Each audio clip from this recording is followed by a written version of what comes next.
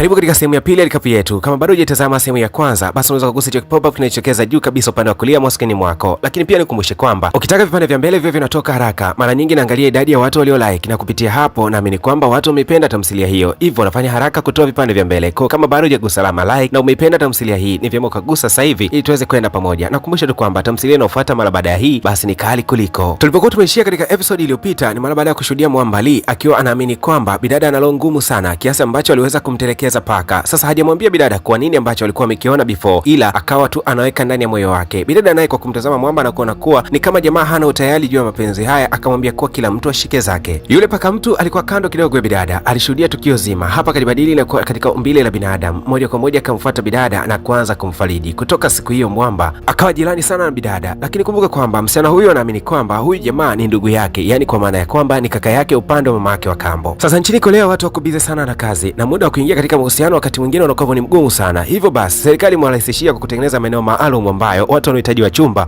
wanajikusanya katika maeneo hayo, na mara baada tu mnapokutana na kujifikiria kwamba mnaweza mkaanzisha mahusiano, basi mahusiano yenu yanaanza rasmi. Sasa bibi Soha kutaka kabisa kupoteza muda mara baada ya kuachana na Mwamba Lee, moja kwa moja katimba katika maeneo hayo ili aweze kutafuta mchumba. Lakini ajabu ni kwamba alikutana na Miao katika maeneo hayo, naye akiwa anatafuta mchumba, kitu ambacho kikabaki na washangaza wote, kwani huyu ni mtoto wa mama wa kambo na huyu ni dada mtu. Kwa hiyo wakaona tu waahirishe zoezi hilo na kwenda fanya shopping ya baadhi ya vitu. Wakiwa wanarudi nyumbani wakutana na Mwamba Lee, na namna walivyokuwa na tabasamu na kufurahi, basi jamaa kaamini kabisa hawa ni wapenzi. Siku ile walimzuga tu kwa kusema kwamba huyu ni kaka mtu, mtoto wa mama wa kambo. Basi kwa hasira sana Mwamba Lee akaongea kwamba najua kwamba tumeachana, lakini ule paka naomba umpeleke kwa mtu mwingine. Bidada akawa na noma kabisa, akiwa ameambatana na Mwamba Miao, moja kwa moja akawa ametimba katika maeneo nyumbani ili waweze kumchukua paka huyo na kumsafirisha kwenda katika sehemu nyingine. Lakini wamefika tu, Mwamba Miao akamweza kumwambia bidada, kumwambia kwamba naomba kitu chochote ambacho wanakimiliki niweze kukimiliki, na lengo la kumwomba bidada kitu hicho, aliamini kwamba pindi atakapokuwa na kitu chochote ambacho kinamilikiwa na udada atabakia kwa binadamu daima, na hata kama akipelekwa sehemu nyingine basi atabakia katika umbile la binadamu. Upande wa pili Mwamba Lee anaendelea kuhangaika kwa watu ambao wanafuga paka, hapa akitafuta namna ambavyo anaweza kumkabidhi paka huyo katika sehemu nyingine. Lakini huyu jamaa alipokuwa amemtembelea akamwambia kwamba nina paka wangu ambaye ni mjamzito kwa sasa, kwa hiyo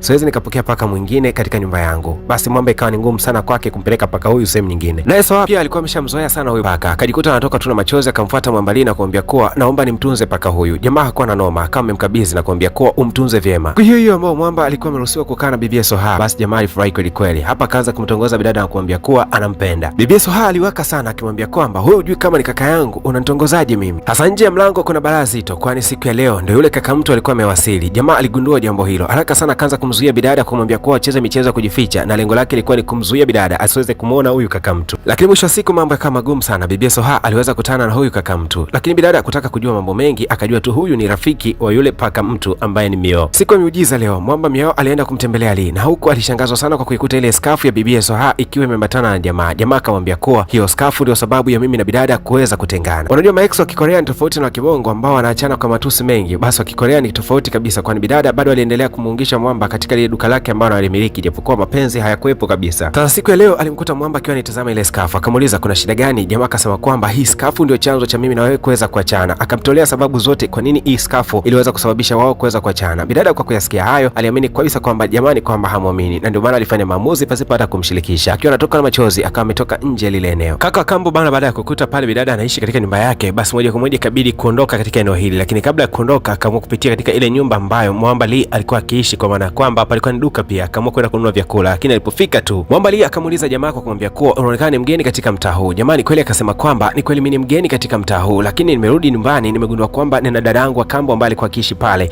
Sasa kwa bahati mbaya anaishi na mwanaume, nikaona si vyema niendelee kuishi hapo. Nimeamua kwenda kutafuta eneo jingine la kuweza kuishi, lakini si mbaya kwa sababu ni dada yangu na namheshimu na nampenda pia. Mwamba Lee ikabidi kudadisi kwa makini zaidi nyumba ipi ambayo umesema unaishi. Basi katika kuelekezwa, mwisho wa siku jamaa kagundua kuwa ni katika nyumba ile ile ambayo Mwamba alikuwa amekutana pia na bidada, na wakawa wameachana siku za hivi karibuni. Moja kwa moja Mwamba Lee akatimba katika mjengo wa bibie, na huko alimkuta jamaa na kumuuliza kuwa wewe jamaa ni nani. Lakini dakika hiyo hiyo tu anapouliza, bibi alikuwa na hali mbaya kidogo. Jamaa akampatia maji na kuweza kuondoka eneo hilo. Wakati Lee anaendelea kumhudumia bidada, alihisi kana kwamba chumba cha pili kuna mtu alikuwa anamchungulia. Alipoingia katika chumba hicho akashangazwa kukuta kuwa kulikuwa na paka tu. Mbona ni kama niliweza kuona mtu, lakini baadaye akampotezea na kuendelea na issue zake. Wakiwa wameketi kupiga story, mara ghafla kuna mbao ulikuwa unaanguka kutokea juu kwenda kumpiga bidada Soha. Mwamba akabadilika na kuwa mtu, na hapa akaenda kumsaidia. Jamaa alishangaa sana, na hapa akambana sana Miao na kumwambia kwamba katika shingo yako kuna hichi kidani ambacho kilikuwa katika paka. Wewe ni nani? Jamaa kama kueleza ukweli kwa kusema kwamba yeye si kaka yake na Soha, hivyo anampenda sana bidada na wakati mwingi alikuwa akimfukuzia. Kuanzia hapo uadui kati yao ukawa umeongezeka sana. Japokuwa mada ile kidani ikawa imeishia pale, wakaanza kuzungumzia mada ya haya mahusiano yao. Baadaye inaonekana bidada Soha akiwa ameketi sehemu fulani peke yake, kando yake akiwepo yule paka. Ghafla binivu yule paka kama ametoweka, ikabidi kumtafuta Lee, na hapo akaanza kumtafuta huyo paka amewapi alikuelekea, lakini kumbe alikuwa ni jamaa mmoja ambaye anakusanya paka wanaozurura mitaani, na hapa alikuwa muiba paka huyu, lakini alipokuwa amemfungia ghafla binivu paka yule akabadilika na kuwa binadamu wa kawaida. Jamaa alibaki anamshangaa paka huyu, asiamini kabisa haya anayoyaona. Ugomvi mzito ukaibuka kati yao, kwani mwamba alikuwa anataka paka wengine wote waweze kufunguliwa katika hivi banda, lakini jamaa alikuwa anakataa. Basi ngumi zikaendelea kupigwa maeneo haya, lakini wakati huo huo wakawa wamekuja Lee pamoja na bibi Soha kuja kumtafuta paka wao, na kweli waliweza kumkuta, lakini jamaa alikuwa ameshajibadilisha na kwa paka tena, alikuwa ameumia katika mguu. Haraka sana wakamchukua huyu paka, lakini huyu jamaa mmiliki wa hichi kibanda alikuwa na siri ndani ya mtima wake kuliona kwamba kumbe kuna paka na uwezo kubadilika na kwa binadamu. Kiufupi ni kwamba aliweza kuona paka mtu. Baadaye kidogo akiwa amerudi nyumbani, bibi Soha alikuwa ameketi na mwamba na kila wakati alikuwa anafurahia sana uwepo wake. Sasa siku ya leo kitu cha kushangaza kidogo, alikuwa amepokea simu kutoka kwa yule mama wake wa kambo akimwambia kwamba anafurahi kwa sababu unaishi vizuri na kaka yako hapo katika nyumba hiyo, kitu ambacho bidada akiwa kimemfurahisha. Bibi akavunja ukimya na kumwambia Miao, kama usingekuwa kaka yangu basi ningekupenda, hakika ninakupenda kweli. Miao hakutaka kupoteza muda kabisa, akamwambia kuwa mimi si kaka yako. Hapo hapo akaanza kumkisi bidada. Baada ya kumlamba bibi kisi, alikuja kando kidogo ya mji huku akitafakari namna gani ataweza kuendesha maisha yake ya kimapenzi pamoja na bibi dada Soha, kwani baada ya kisi tu alihisi kabisa wameshakuwa wapenzi. Sasa hapa alipokuwa ameketi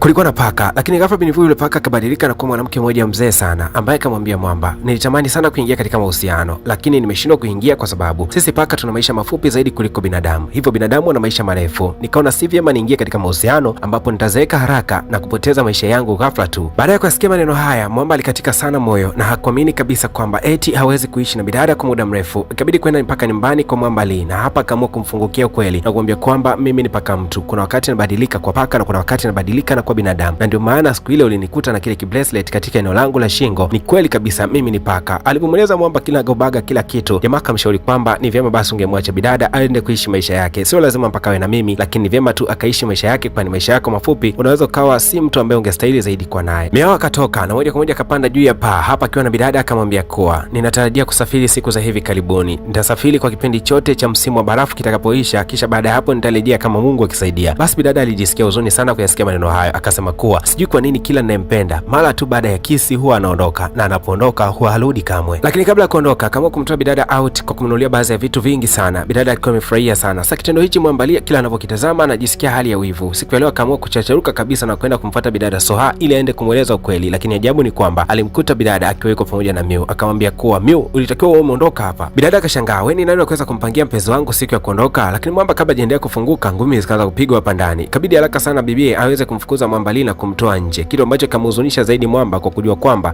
kuna siri ambayo anayo ndani ya mtima wake na anataka kuifungua, lakini bidada anamfukuza kama mbwa. Hayawi mwisho kama amekuwa bana. Siku ambayo mwamba Miao alikuwa anatakiwa kusafiri kama imewadia, wakawa wanamsindikiza mpaka stesheni ya treni. Hapa jamaa wakati anaondoka, mama mtu akawa amepiga simu kwa Bi Soha na kumwambia kuwa kaka yako amefika huku nyumbani kwangu, vipi ukutamani nawe kufika naye pamoja? Lakini bidada akabaki anashangaa, amekuja nyumbani kivipi yani? Kwa sababu kila akitazama kando yake anahisi kabisa huyu mwamba ndio kaka yake, haelewi yani. Ikabidi kuondoka na kuelekea huko ambako ameambiwa kuwa kaka yake amefika. Sasa anabaki anashangaa, kaka yake ni yupi? Bibi yake ampanda treni kwa hasira, akawa anaelekea katika maeneo ambayo anajua yeye. Mwamba kama amemfuata katika ile treni, na hapa mwamba akawa anamwambia kwamba niliwahi kueleza kwamba mimi si ndugu yako, sasa ulikuwa uamini na leo umeamini. Dakika hiyo akaonekana mwamba Lee naye akiwa katika hiyo treni. Bidada akabaki anashangaa. Ikabidi kumuuliza Lee, paka umemwacha wapi na unakuja huku siku ya leo? Akamwambia paka uko naye hapo. Bidada akawa anashangaa, niko naye wapi? Kule ndani ya treni mwamba alizuga tu kana kwamba anaelekea chooni, lakini akabadilika na kwa paka. Mwisho siku akawa amemchukua yule paka na kwenda kumkabidhisha kwa mama mmoja. Bidada alihuzunika sana akidhania kwamba jamaa amemtoroka na kuondoka ile safari aliyokuwa ameipanga. Hasa bibi kitu cha kustaajabisha ni kwamba akamkuta yule kaka yake wa kambo huku nyumbani. Akabaki anashangaa, ina maana huyu ndio kaka yangu wa kambo. Sasa Lee alikuwa ni nani? Kabidi Lee kumweleza ukweli na kumwambia kwamba Miu alikuwa ni paka mtu ambaye alikuwa akiishi naye hapa siku za hivi karibuni. Bidada akawa amini kabisa haya maneno ambayo anayasikia. Ukisikia kitu ilikuwa ngumu kumeza, basi hii ilikuwa ngumu kumeza kwa bibie, kwani hakuamini kabisa kwa mwamba mbele yake eti ni paka mtu. Mwisho siku bana akajikuta anapata mpaka homa. Mwamba akachukua uangalifu juu yake. Alipoamka tu akamwambia kuwa ni wakati gani na wakati upi ambao ulikuwa unabadilika na kwa binadamu. Bidada akajibiwa kwa kusema kwamba mimi nilikuwa nabadilika kwa binadamu nyakati tu ambazo ni jinsi mpweke, na mara tu uliposogelea jirani yangu basi nikabadilika na kwa binadamu. Sikuwa na uwezo kubadilika kwa binadamu wakati wote kutoka nilipozaliwa mpaka hii leo. Bibi akamwambia kuwa ni kitu gani kingine ambacho hujawahi kuniambia katika maisha yako? Mwamba akamwambia kuwa kitu ambacho sijawahi kuambia ni kwamba nina muda mchache sana wa kuishi katika hii dunia. Zawadi pekee ambayo Bi Soha aliona mwamba huyu anastahili ni zawadi ya upendo, na katika kitu ambacho aliamua kufanya ni kuhakikisha kwamba anamfurahisha nyakati zote atakazokuwa kiishi hapa duniani, kila wakati ukazidi kuwa pamoja. Sasa katika kitendo hiki kikamfanya mwamba aendelee kunywa kahawa kwa wingi zaidi, kwani kuna wakati itakiwa kulala kama paka. Siku moja bidada moja kwa moja akamchukua mwamba na kumpeleka kwa marafiki zake, huku walikuwa wakifurahi sana, lakini hawa wakauliza, huyu ni nani yako? Bidada akabaki ameduaa tu, anatakiwa mtambulishe, je, ni mpenzi wake au la? Kabla hata ya kujibu, Mwamba kama ajisikia vibaya, hali ya usingizi mkali sana, akawa ametoka kidogo kando ya hapo na kubadilika kwa paka, na mwisho wa siku akawa amelala. Bidada moja kwa moja kambeba na hapa kanarudi naye kwenda nyumbani. Ghafla Binivu, yule mtu anayehusika na ufugaji wa paka, akawa amejitokeza katika eneo hili. Anakumbuka kipigo alichokuwa amepigwa na jamaa. Hapa akamwambia bidada kwamba anaomba huyu paka, kwani nataka nimpeleke mahali ambako kuna paka wana uwezo wa kubadilika na kuwa binadamu. Bibi Soha akakataa kabisa wazo hili, na moja kwa moja ugomvi ukawa ni mkubwa sana, kwani Mwamba alikuwa anamng'ang'ania paka huyu. Mwisho wa siku bidada akawa amefanikiwa kumnyakua huyu paka. Moja kwa moja kama amemkimbiza mpaka hospitalini. Daktari akasema kuwa huyu paka anatakiwa kupumzika muda mwingi, kwani hata umri wake wa kuendelea kuishi duniani bado ni mchache. Bidada alijisikia vibaya sana kwa kusikia maneno haya ya daktari. Aliporudi nyumbani akaamua kuandika barua ya kuacha kazi, na hapa muda mwingi akawa anatumia akiwa na Mwamba. Bidada Soha alimtoa Mwamba nje kidogo ya mji. Hapa walikuwa wameketi pamoja, na hapa walikuwa wakipiga story mbili tatu, lakini Mwamba katikati ya story akaingiza story ya huzuni akisema kwamba hivi unajua kwamba hii ni mara yangu ya mwisho mimi kubadilika kwa binadamu? Bidada alimpiga makisi kama chizi na kumwambia kuwa bakia hivyo hivyo binadamu. Jamaa akamwambia bidada, kama ningelijua kuwa kubadilika kwa binadamu kuna ukomo wake na maisha yangu ni mafupi duniani, kama nisingeweza kukupenda, lakini nimekupenda nikiwa sijui kitu chochote kile, nisamehe Soha. Baada ya kuzungumza haya, Mwamba kabadilika na kwa paka, na hii ndio kama mara ya mwisho Mwamba kurudi kwa binadamu. Bidada akaendelea kuvumilia kumsubiria Mwamba na akiamini kwamba iko siku jamaa atabadilika na kwa binadamu. Akaendelea kuishi naye, akafungua mgawa mkubwa sana katika mtaa huu. Lee alikuja na kumchumbia mara nyingi tu, lakini bado bidada alikuwa anaendelea kukataa. Kwa kipimo hichi cha uaminifu, Mwamba siku moja siozaniwa alibadilika na kwa binadamu. Sasa bwana akawa ni mpenzi rasmi, na hapo akafunga ndoa, na mwisho wa siku wakaishi pamoja kama mume na mke. Mpaka kufika hapo ziada initolewa wapi? Nikukumbushe tu kwamba tamthilia inayofuatia tangazo lake hili hapa. Kama unavyojua kuwa binadamu hatuchagui kuzaliwa na madhaifu, mwanamke huyu alizaliwa akiwa kiziwi, kwa maana ya kwamba alikuwa hana uwezo wa kusikia. Bahati nzuri ni kwamba alikuwa na kipato kikubwa sana, kwani alikuwa ni mkurugenzi wa kampuni moja kubwa sana,